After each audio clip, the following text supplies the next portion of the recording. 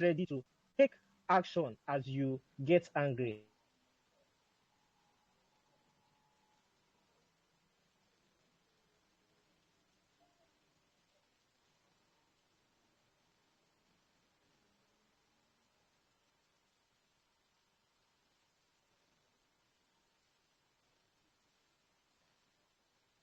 So we are starting the recording session live in 3, 2, 1. You don't want any commitment fee. Just make sure you listen to the very end of this session. Listen to the very end of this session, and I trust it to be a powerful session. So a brief run through his profile. So his profile of Mr. Niyi Kolade, aka Take-Up, is the author of the fast-selling book ENTREPRENEURSHIP, a book teaching everything about entrepreneurship, leadership, innovation, transformation, and energy. He's also a senior executive officer at the University of Ibadan with an illustrious track record garnered over 10 years, delivering both academic and non-academic official duties. He has demonstrated leadership ability by pioneering science, technology, arts, recreation, and sports club, which is STARS, at the University of Ibadan as far back as the year 2009. His creative ability was demonstrated by the invention of 3 games, one of which is now available internationally on a commercial scale. The games include Scriptstars, which is about scriptures, Entrop 6, and Prompt Cards. Is also an on-air personality at University of Ibadan radio station Diamond FM 101.1. He discusses entrepreneurship and related topics on a regular basis. As a columnist at the Nigerian Tribune with same zest, he writes weekly on the article Entrepreneurship Rendezvous. He obtained MSc in Entrepreneurship Education in University of Ibadan and is also working on his PhD also in the University of Ibadan Business School. He's a lover of God, lover of punchlines, and a lover of immense drive for excellence. So,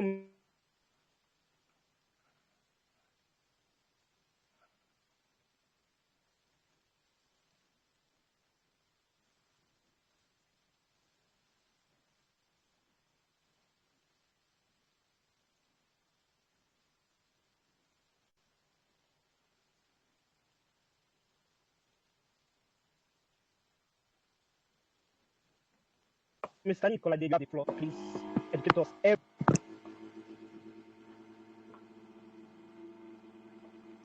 Good day, all.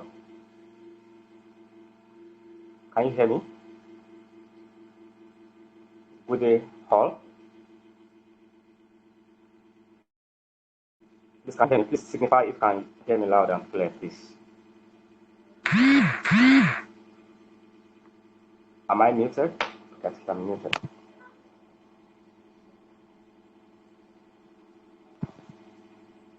Yes, sir. We can hear you loud and clear, sir. Okay, you can hear me. Okay. Okay, all right. The network is fluctuating something. We can hear you loud and clear, sir. Good afternoon, everybody. I really want to thank you for accepting me to be here with you on this platform. I also want to sincerely thank the organizers of this event and also say my kudos to the past speakers who have been here to deposit one thing or another. I believe virtues have been flowing since the beginning of this program. You know what, we have a lot to say here. Normally I like to talk for long, but okay, I will just have to compress all that I have to say in 30 minutes into a 30-minute speech. And I believe you understand what I mean by compress. What I'm supposed to spend 3 hours discussing, I'll have to just give you kind of an idea of what entrepreneurship is all about. At the same time, what the topic that I've been given to talk about, that is financial literacy and entrepreneurial success. Let me just start with my story. Please, if you can hear me, let me just know so that I will not be speaking into the air. Somebody there? Please, I want to be loud and clear. Thank you, excellent. Now, I grew up having or looking at poverty face to face. Poverty was our neighbor. And watching my mom die in poverty has been one of the greatest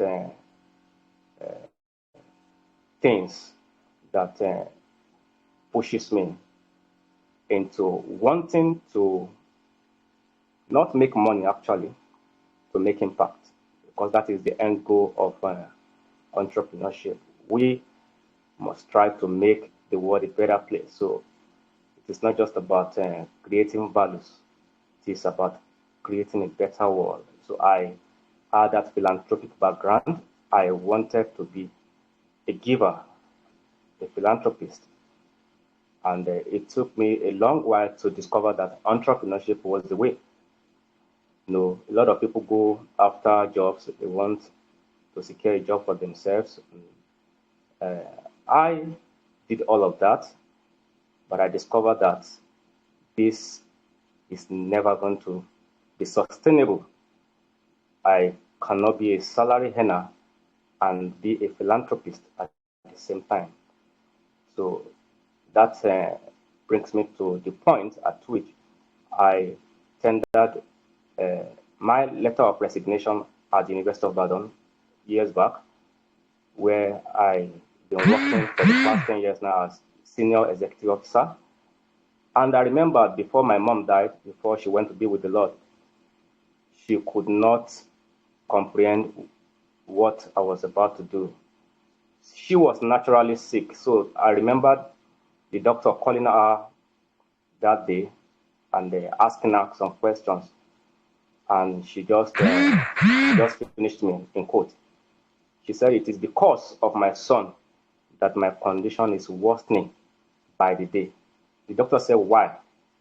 She said, "Because my son wants to be an entrepreneur and he has decided to resign." Not even decided, I resigned.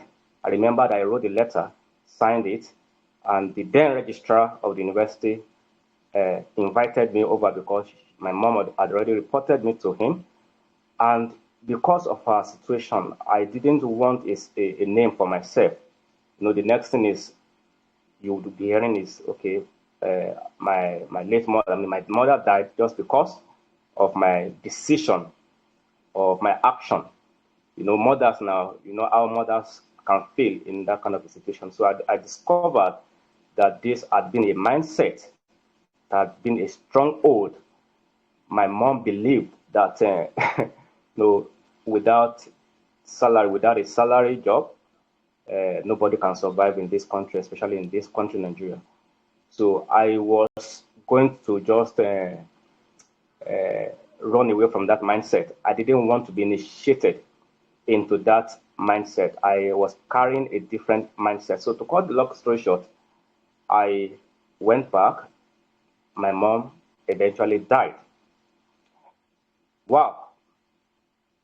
Till today, I still nurse the pain. And it has been a positive energy for me.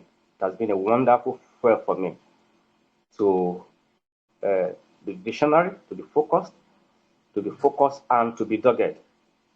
I will just want to be the richest, not in terms of competition, but in terms of reaching my world. Rich people, rich people. RICH, REACH. And thoughtful people touch lives. Rich people, rich people. Thoughtful people touch lives. I just want to touch as many lives as possible. And this I cannot do with my salary. I was earning close to 50,000 naira then when I started with university. And I discovered, okay, with this little amount of money, resources, I could start something. I don't have to be as big as Dangote before I start. I start out as a social entrepreneur, doing charity and giving to the necessity of my society. So we started STARS, and that's a function of leadership. You know, before I go further, I'd like to say, and that's my own personal philosophy about entrepreneurship, that entrepreneurship is a spirit, leadership is its soul, while society is its body. Of course, we know that without the spirit, the body is dead. So the entrepreneurial spirit, which we also call the spirit of creativity and innovation, is the building block of the economy. Without creativity, society will be lifeless. And without the force of innovation, the economy will be stagnated. I also strongly believe that entrepreneurship is not just about having a plan, it is about behaving the plan. I also share this with many youths out there that success in entrepreneurship is not a function of nationality. It is everything about intentionality. So let me go back to vision before I jump to intentionality. Now, I started Stars Organization with a few friends when I was in 200 level. And when I was going to graduate, I remember that one of my lecturers called me. I mean, he sent one of my friends to me that go and tell that boy, don't go and just warn that your friend is not going to graduate with the way it's going, because I was doing so many things. I was preparing for life after school. I knew that the university had nothing. I mean, I'm sorry to say, school is not a scam. School is not a scam.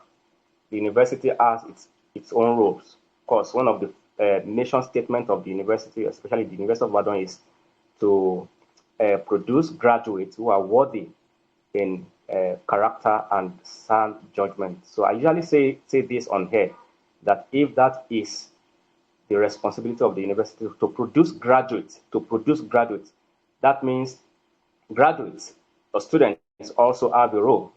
They have to become producers in their own right. So this is what I took with me, and I still take it with me everywhere I go. I just want to produce something. So just follow my story, follow my narrative. I was carrying a very dangerous energy, and this kind of energy is what some people would actually use negatively to destroy their society. I mean, somebody has offended you, lost a loved one, you were betrayed, you are hungry about so many things. Late Dr. Miles Morris once said that every leader is an hungry person. It's talking about the anger that you need, that fuel, that energy that you are carrying about to change the narratives, to change just to change something, to correct something, maybe a particular thing you want to correct, because entrepreneurship is field specific, and we can all be fulfilled when we stay in our field. So I have my own field, you have yours. But not to deviate from the topic I have before me, financial literacy. Let me just run fast now. Now, this salary has not been sustaining me. I got married. It was during the time that I was getting married that I made that decision to resign. So I remember my wife to be then kneeling down before me, and my mom was asking her to beg me, because the power of course, of love now. She was thinking probably if my wife to be could speak to me, then I would hold back on resigning. So, but all efforts proved abortive. Even I didn't listen to my wife to be. I mean, I was just crazy. I knew what I was going to do. I knew I was going to survive. I knew I didn't need the salary. I didn't want to be caged. So that is entrepreneurship. It is not what you can do part time. It is a spirit. It has to do with leadership, vision, innovation. I guess somewhere now I will still talk about qualitative entrepreneurship that most of us try to practice here in Nigeria, which will not take you anywhere except you have that robust, fantastic opportunity to do it elsewhere. I've done it for the past 10 years, so I know what I'm saying. Then I will now go into quantitative entrepreneurship, which has to do with the business of I mean, of course, the normal business model. Somebody is selling something, you pick it up, you want to do it the same thing because the model is already there for us to copy and paste. But it is not like the case. That is not the case when we are talking about qualitative entrepreneurship. Now, I met this person, or let me say, we have never seen face to face. February 2023 was when I first ordered for that product, so that it won't look like an advert. I won't mention the name of the product. Of course, you can see the logo, but that already sounds like an advert. Now, I ordered for that product, and this man told me, when am I going to pay? And how do I intend paying? I said I would pay 3 times, on installment basis. And of course, I took the product, I paid first installment, and two of our staff also requested for the product, so I ordered for 2 more. And to cut the long story short, I remitted the money back to his account. And it was like, wow, this is excellent. So he just said, okay, can you be one of our distributors here in Ibadan? I said, why not? So he sent me a carton, from 1 carton to 15 cartons. Till today, he has not stopped sending me products, goods rather.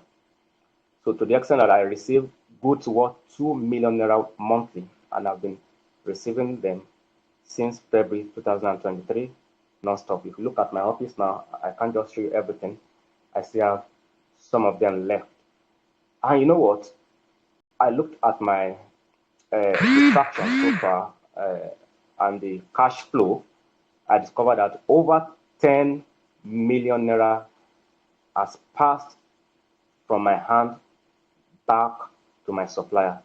Till today, he has never met me. We have never seen face to face. We only talk like this. And at the point in time, I felt like giving up because a lot of people were owing me money. I want to sound a note of warning, and I don't have any apology for this. If you are the type that likes to owe people, you have been owing maybe your financial institution, in different financial institutions, you borrowed money, you've not paid back, and people will start disturbing people like us, will not be able to sleep.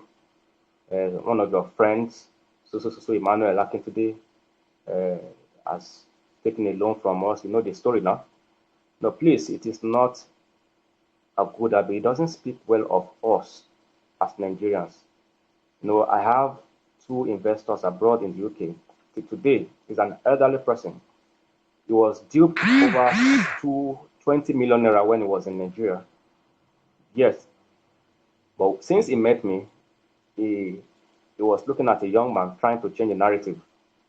He did not believe he can still find a Nigerian who would be this faithful and truthful. He also tested me 2022 December when he sent 14 bags of wares, valuables, to me. Till today, I've never met this man before. He's in the UK. I sold everything, remitted the money to his family. He couldn't even trust his family members. He told me he would send different accounts to me, just be my manager in Nigeria. Send this to this account, send this to this account. I did that faithfully. I was very loyal, and I'm still very loyal to him. We still spoke this morning.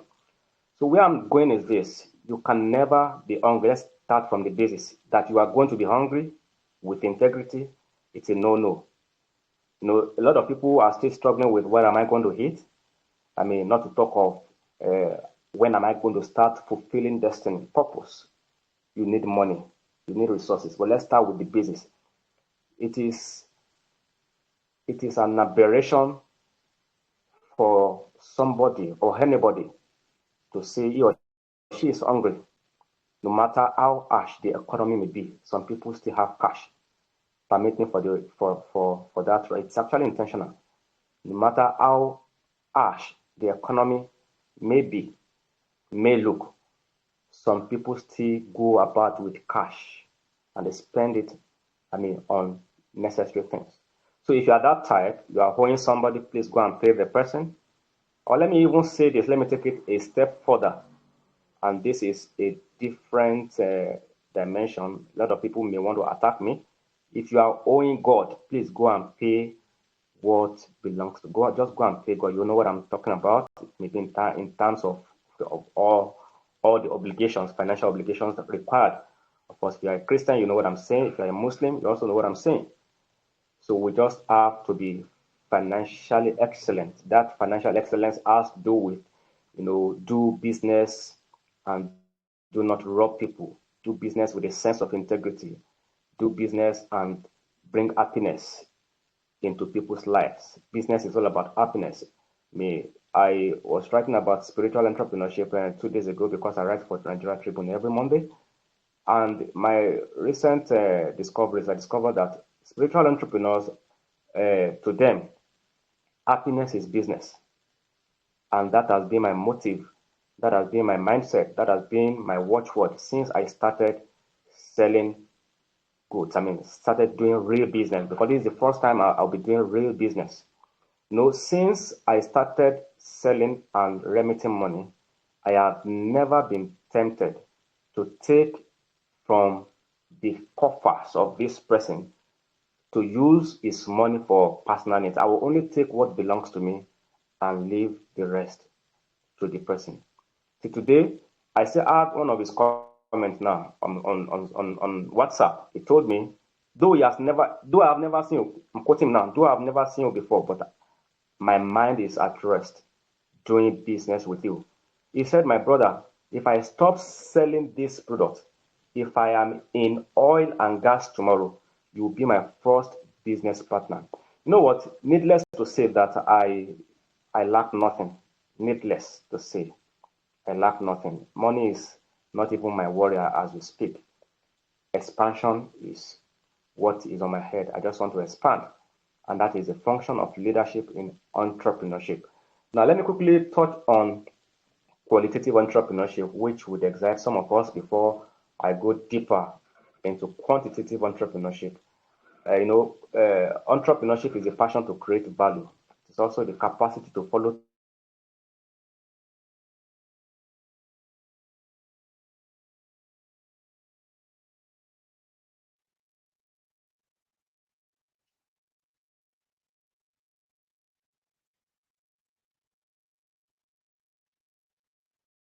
through to see that value is commercialized for both impact and profit. Entrepreneurs simply moving from conceptualization to commercialization. So I started on that note, being a creative individual. I created many things back then in school, and I won an award for the most creative student in my department. Just creative, using my creativity anyhow. So it was later on that I discovered that, okay, and I wrote it. It is my concept. 90% of what I will say or I've been sharing so far, or I'll be sharing about entrepreneurship, is solely from God to me, not from any textbook or from any academic journals. It is solely uh, the gift of God. So I discovered that entrepreneurship is not just about creativity, it is about necessity. So I wrote that formula that entrepreneurial success, ES, equals O plus N plus E. That is ONE, which is 1. So ES equals 1, ONE. So if you want to be a successful entrepreneur, making both impact and profit, you have to understand what I call entrepreneurship of necessity. Many people are creative, but they are not creating necessary products, necessary value. I was using my creativity for so many things, and people will say this makes sense that an idea may look creative, but may not be lucrative. I'll take that again. An idea may look creative, but may not be lucrative at the end of the day. I also said this that an idea is patentable does not mean that it will put food on the table. And that is very meaningful to some people who understand what I'm talking about intellectual property. I ran to many centers, many people then when I first invented my first product. And when I first invented the product, very first time I knew that this is an invention, I was very glad. And I was celebrating creativity, not necessity. I thought that automatically because I am an inventor, then I am a millionaire. I'm in money already. That was my thinking. Of course, people would use this product and say, wonderful, fantastic, but what is the economic value in what I've created? Zero. So that was why I said that an idea may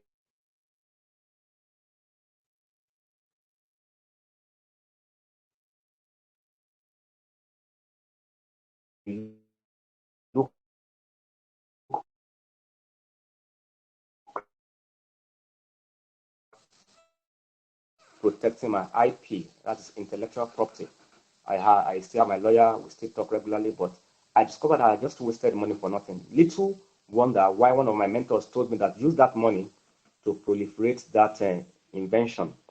Then that is when, of course, at least if your family members or your friends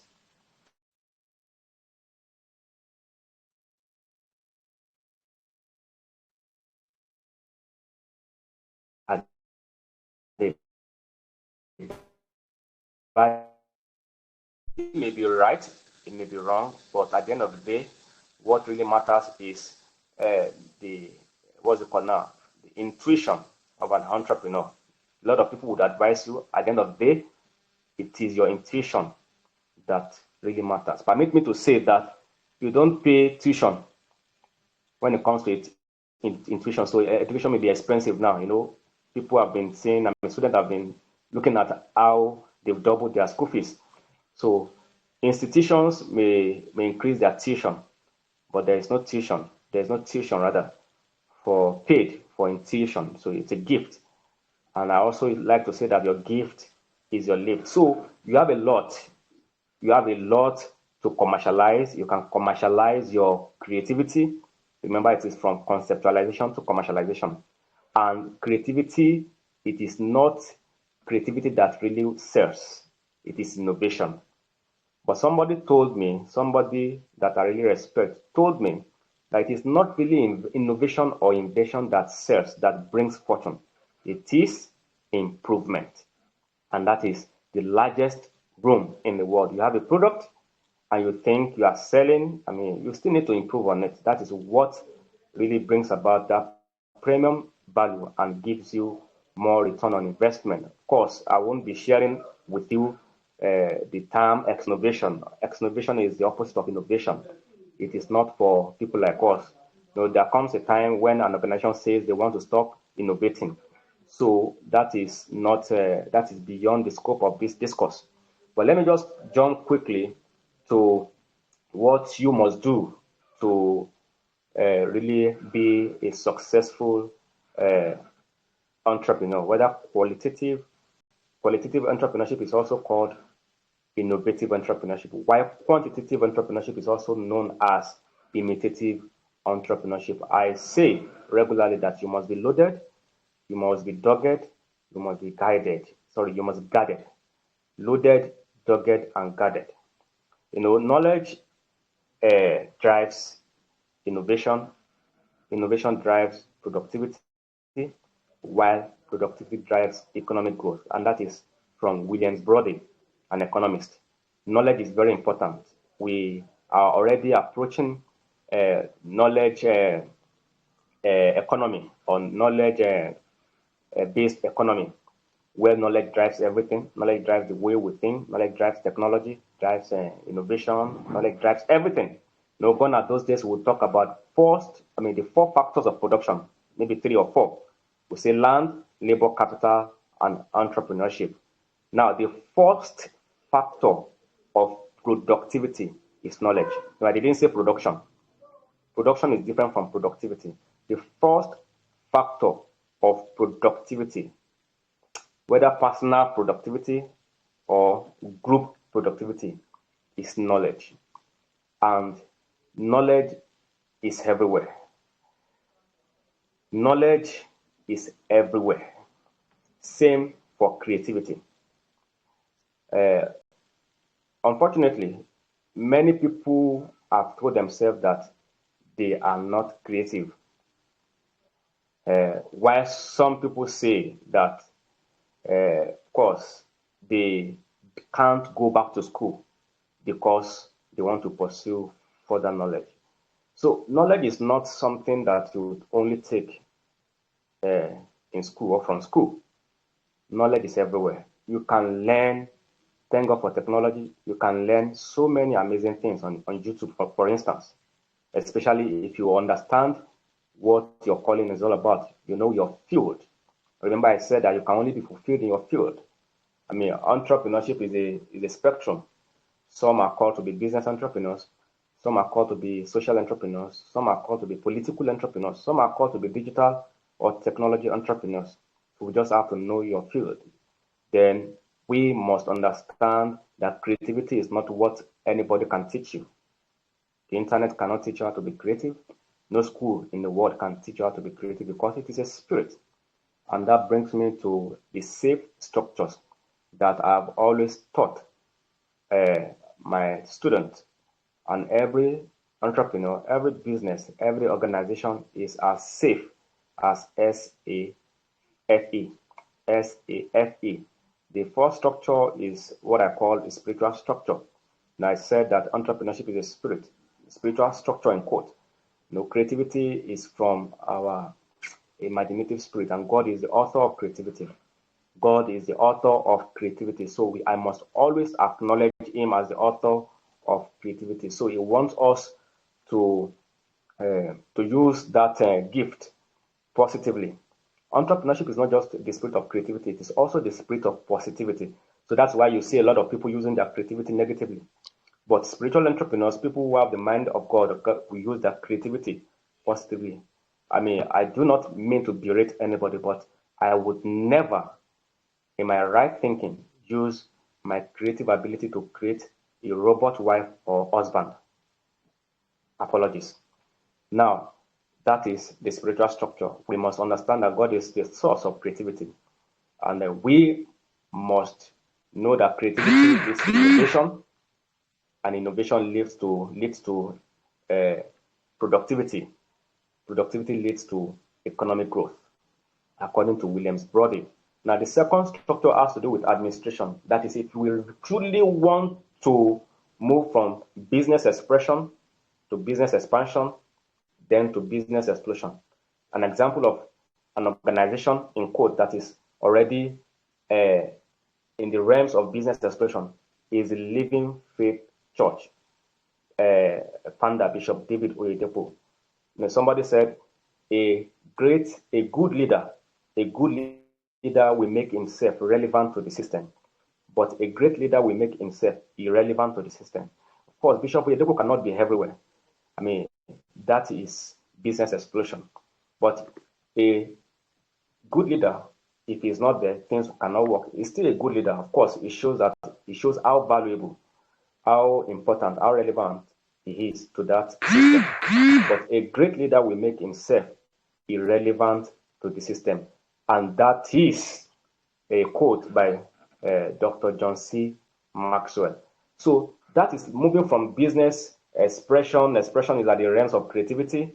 Then, of course, I talked about the entrepreneurship of necessity, and that leads to business expansion when you begin to create necessary products that people really want, not product that you have discovered that should be created. War is what really propels demand. War is an acronym for willingness, ability, and readiness. So demand is not complete without war. W for willingness, A for ability, and R for the readiness of customers. So it is war that really determines what should be supplied, what should be created. So it is not demand, or let me put it this way, that it is not what you have discovered that customer wants, it is what they desire. So what we are creating, entrepreneurship of necessity, should be born out of customers' desires and not producers' discoveries. I'll take that again. Entrepreneurship of necessity must be born out of customers' desires and not producers' discoveries. Of course, when your discovery matches with desires from customers, of course, that is prosperity. Remember, I said prosperity or entrepreneurial success equals ONE1. That is opportunity, necessity, and entrepreneurship. Entrepreneurship equals F of E. That's another formula I was given some time back. But the ES equals ONE is my own formula given to me by God. But this also makes sense to say entrepreneurship equals F of P. That is, entrepreneurship is the function of the entrepreneur. So entrepreneurship does not work without the entrepreneur. So it is the entrepreneur that makes entrepreneurship works. So, and there are two legs. There are two legs that an entrepreneur must work on: the leg of capacity and character. capacity connotes so many things. Character is another thing. Of course, I've been able to highlight the character of an entrepreneur in terms of integrity, humility, ability to render service, to be selfless. These are some of the things that I will still later talk about. I think I have just a few minutes to go, but I'll just be able to, I'll just try my best possible to compress everything. I was able to sustain that business relationship, and I'm still sustaining it because of that character, not because of capacity.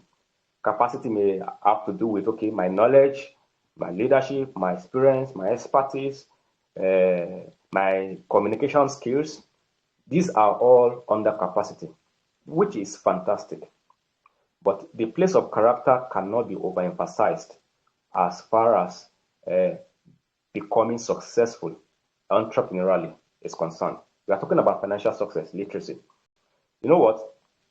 Years back, or let me just say a few months back, I was living in abject poverty, even though I was collecting my salary that has been mortgaged in different places over the past 10 years. As a civil servant, if you have never taken a loan, then I respect you.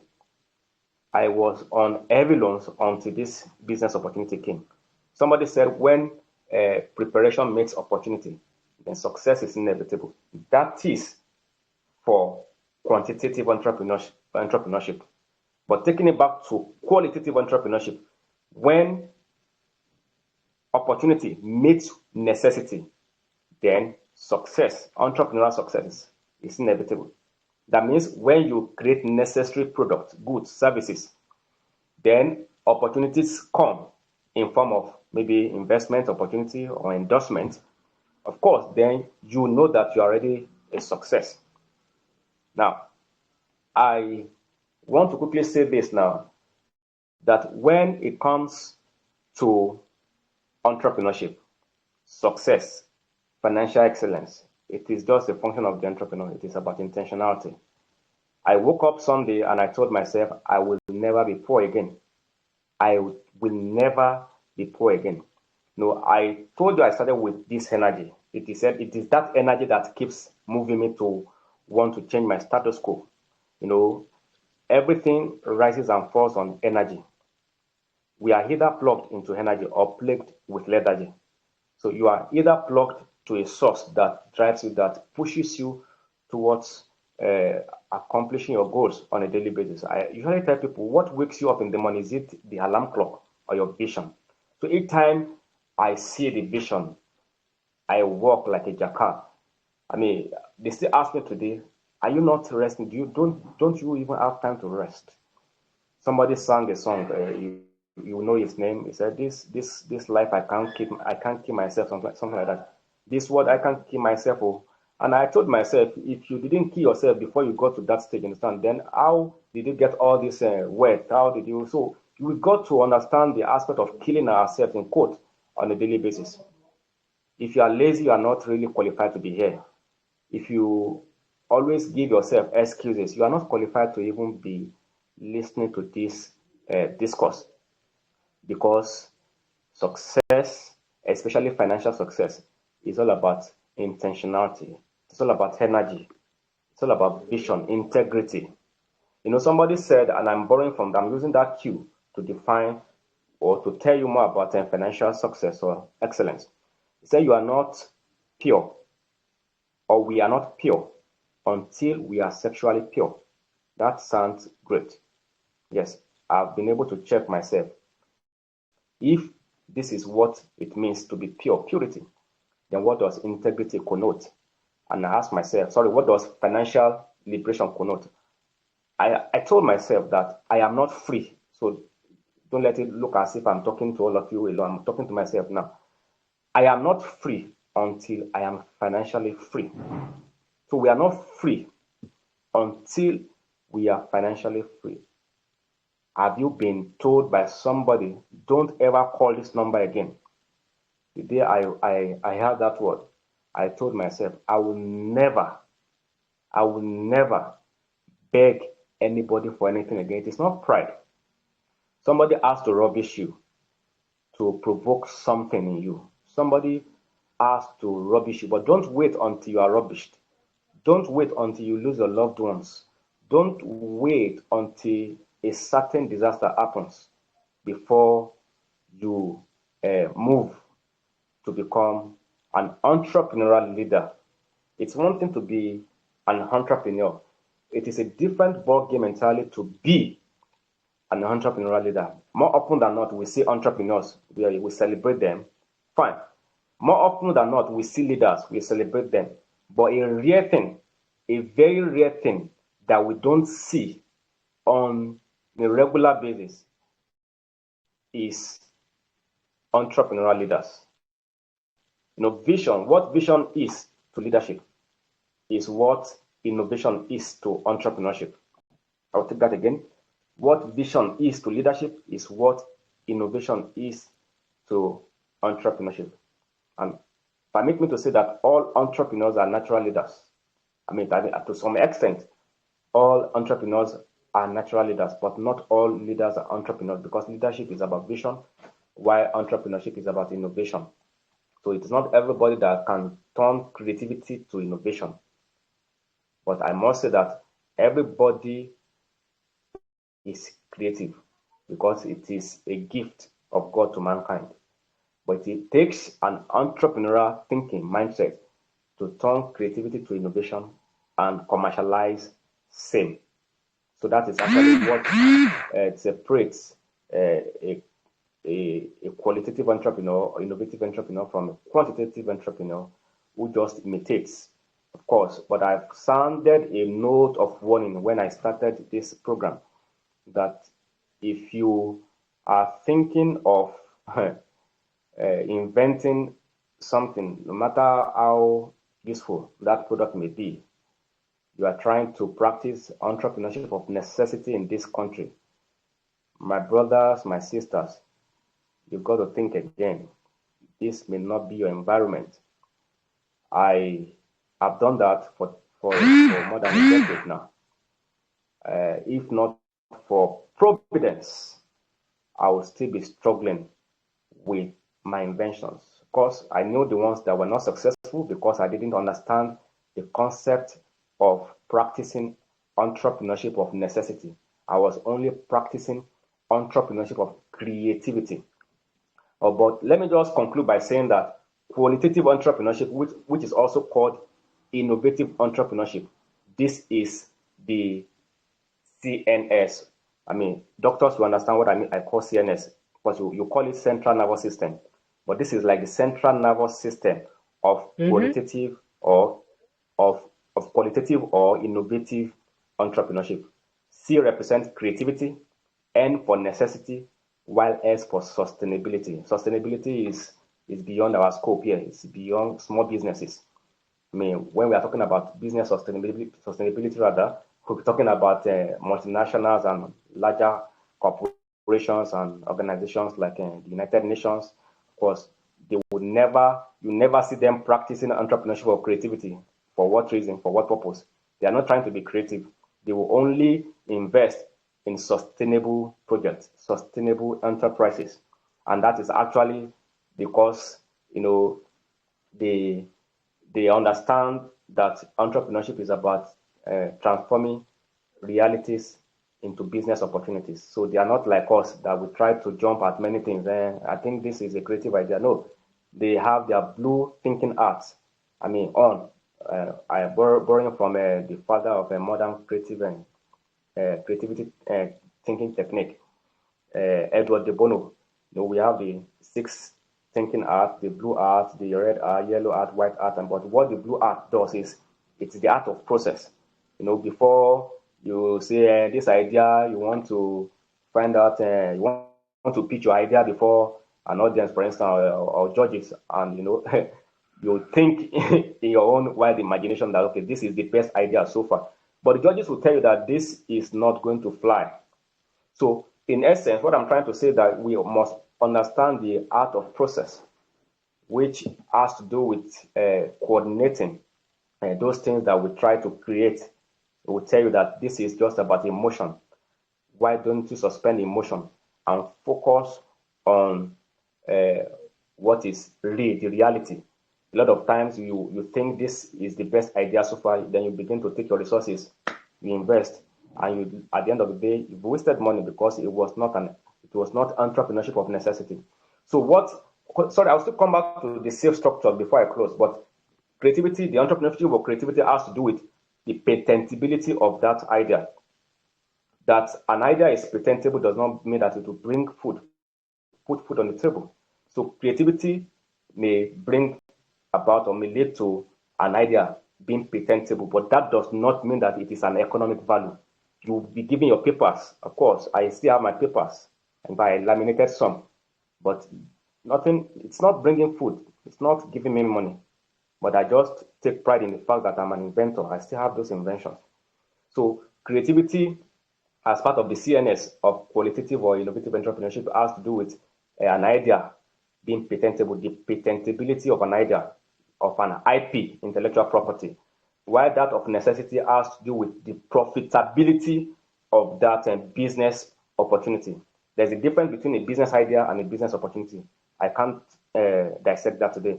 Then sustainability has to do with profit stability. It's different from profitability. That your venture, your business is profitable does not mean that it will be perpetually profitable. So entrepreneurship of necessity has to do with the stability of profit, stability of impact. Remember, entrepreneurship is not just about profit, it's also about impact. So that is the CNS of qualitative entrepreneurship. Dr. Joe, please, how many more minutes do I have? Because I still have a lot to say. Hello, Dr. Joe. Hello. Hello. Hello. Please, somebody should just wave. I'm not sure if.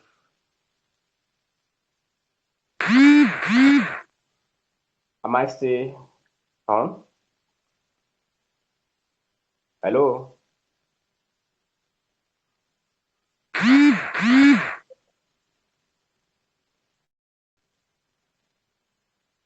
Please, am I still on?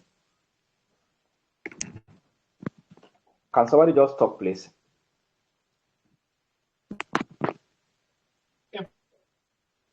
Can somebody just talk, please? Am I still 5 on? more minutes, sir. Am I still on?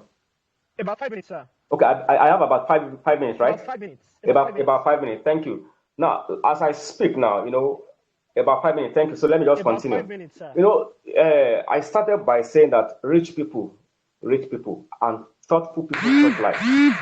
No, we are going to make this money eventually.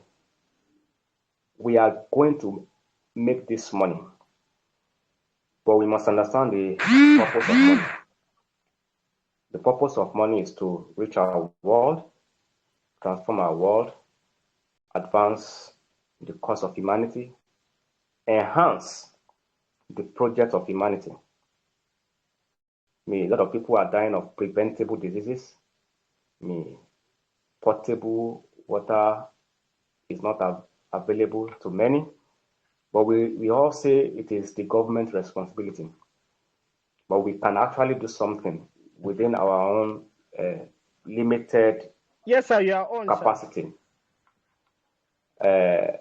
We must start practicing what I call social entrepreneurship.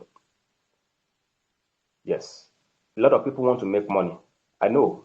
If I ask everybody, everybody that has joined this program this evening, probably because they heard about financial literacy. Everybody is thinking this is a platform where people talk about how you can make money. I've told you my story. Yes. Integrity is what has brought me fortune today. I see stories of some people, they found money and they returned it. They are not stupid. They are not fools. This is what I mean by integrity. You may not be as creative as the best inventors in the world, but you do have something to commercialize, in quotes. That may be your integrity. Remember, your gift is your lift. We still need, for instance, in this business I'm doing, I'm looking for people like me, like 10 of them in Ibadan alone. I supply goods to Abuja, Akure. These guys I have never met before. but they are so faithful and loyal. They are calling us bad names abroad because of the bad reputation that our leaders have portrayed. They have soiled our image abroad. We still saw how they were sharing money recently. You know, we are going to make this money legitimately. It may be slow, the process may be slow, but it's definitely going to happen. And you know what? That process is also success in disguise. When we follow the right process, then we are successful. Entrepreneurship is hard work. It is dedication, it's leadership, it's integrity, it is perseverance, it is everything. It is a lot. You just have to be true to yourself and be true to your God. And last, as I close, remember I said that entrepreneurship or success in entrepreneurship is not a function of nationality. It is a function of intentionality, our deliberateness, uh, our determination to become whom God has ordained us to become. We should just must understand that part. If some people can make it here in Nigeria and they are saying that they will not leave this country, then there must be something. And I know some of these people are more intelligent than I am. So there must be something they are doing that I'm not doing. So for instance, if somebody that you know that is more intelligent than you are is doing something, is saying something repeatedly, you must understand that that person is saying the truth. That person is saying the truth. I'm a Christian. I was just meditating on Genesis chapter 12 and verse 2 back then, recently, and I saw a place where God told me, I'm trying to personalize that scripture, that He will make of me a great nation. He will bless me and make my name great. And I said, read that scripture again. God said to me that, and He says to all of us, He will make of us a great nation, and we shall make us a blessing. And I heard a voice behind me. It told me that nations don't relocate, people do. That was the period I was trying to leave this country, the Japa syndrome. I felt I can never make it in this country, especially with my innovations and inventions when no investors were not forthcoming. I felt I was already a failure. But then God told me nations don't relocate, people do. So it is not a function of nationality, it is a product of intentionality. And that is all about entrepreneurial success and financial excellence. If you have questions, please let me know. I will still talk about the safe structures where I was talking about the spiritual structure, creativity, and the likes, and administrative structure, which has to do with leadership, policies, and other things that are put in place for the smooth running of a business organization. Financial structure has to do with, okay, let me say it in Yoruba, olówó. If you don't have money, you can't really leverage you can't really exploit the opportunities that actually exist in the business environment. Of course, but I must also balance that the journey of an entrepreneur does not begin with money, neither does it begin with money. It begins with a meaning. Of course, meaning attracts money, and money attracts many. Of course, people will come when they see that you start having money. Of course, last but not least is economic structure, which has to do with product. You are selling bread. That does not mean you should not consider other related goods that you can sell. You are selling rechargeable phones. That does not mean you cannot sell other things. So you have to go from practicing what I call a mono product economy to practicing a multi-product economy. And that has been the problem of most developing countries, especially Nigeria. What we celebrate is oil. Recently, we heard of oil subsidy removal and stuff. So we are not really focusing on other sectors like agriculture, education, manufacturing, and the likes. What all our attention is on the extractive industries. Oil, oil, oil. So the mono product economy that we practice has been a major issue of underdevelopment. So we must understand as entrepreneurs, we must practice a multi-product economy. Thank you for listening.